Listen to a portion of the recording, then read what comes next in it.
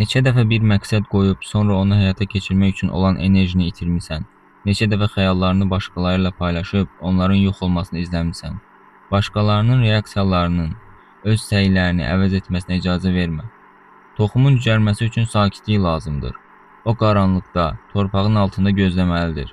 Əgər toxumu açıqda qoyub, hər kəs ondan danışsan, o quruyacaq, oğurlanacaq və heç vaxt ağaca çevrilməyəcək.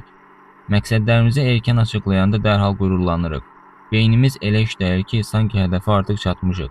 Məhz buna görə də sonradan həmin işi görmək üçün qəlbimizdə o şövqü, o enerjini tapa bilmirik. Lazım olan enerjini hələ etmədiyimiz şeyləri danışmağa sərf etməyək. Xəyallar başlanğıcda çox kövrək olur. Onları qorumaq lazımdır. Ağac artıq möhkəm olanda onsuz da hamı onu görəcək. Hər şeyi qabaqcadan elan etməyə ehtiyac yoxdur. Muhammed Peyğəmbər sallallahu əleyhi və səlləm buyurur: "Nəzər haqqdır. Əgər qədəri keçəcək bir şey olsaydı, o da göz dəyməsi olardı." Ev alırsan, çənəni bağla. Maşın alırsan, çənəni bağla. Evlənirsən, yenə sakit dur. Məhv olmaq istəmirsənsə, insanlara sevincindən tez danışma. Çünki hər nemət sahibinə həsəd aparan tapılar. Qısqanclıq insanların gözəl şeyləri itirməsi üçün yetərlidir.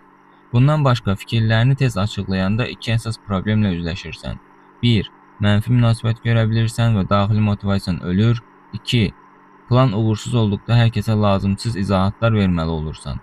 Sakit bir küncə çəkilib öz işini görəndə isə hər şey başqa cür olur. Bəzən həyəcanlı, bəzən yorğun hiss edirsən.